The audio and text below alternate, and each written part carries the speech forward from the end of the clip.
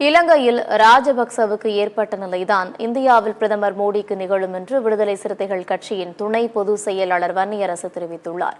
திருப்பத்தூர் வட்டாட்சியர் அலுவலகம் அருகே குடியுரிமை திருத்தச் சட்டத்தை ரத்து செய்ய கோரி விடுதலை சிறுத்தைகள் கட்சி சார்பில் கண்டன ஆர்ப்பாட்டம் நடைபெற்றது. இந்த ஆர்ப்பாட்டத்தில் கட்சியின் துணை பொதுச் செயலாளர் வன்னியரசு கலந்து கொண்டு உரையாற்றினார். அப்போது பேசிய அவர், குடியுரிமை திருத்தச் சட்டத்தை ரத்து செய்யும் வரை விடுதலை சிறுத்தைகள் கட்சி ஓயாது என்று தெரிவித்தார். இலங்கையில் ராஜபக்சவுக்கு ஏற்பட்ட நிலைதான் இந்தியாவில் பிரதமர் மோடிக்கு நிகழும் என்றும் அவர் கூறினார். சிறுபான்மை மக்களுக்கு எதிராக அந்த தேசம் சட்டப்படி அவர்கள் அதற்கான வேலைகளை செய்தார்கள். ஆகவே எல்லோரும் பெரும்பான்மை மக்களான சிங்கள மக்களே அந்த ஆட்சியை தூக்கி எறிந்தார்கள், அடித்து விரட்டினார்கள். அதே நிலைமைதான் நாளை இந்தியாவுக்கு வரும்.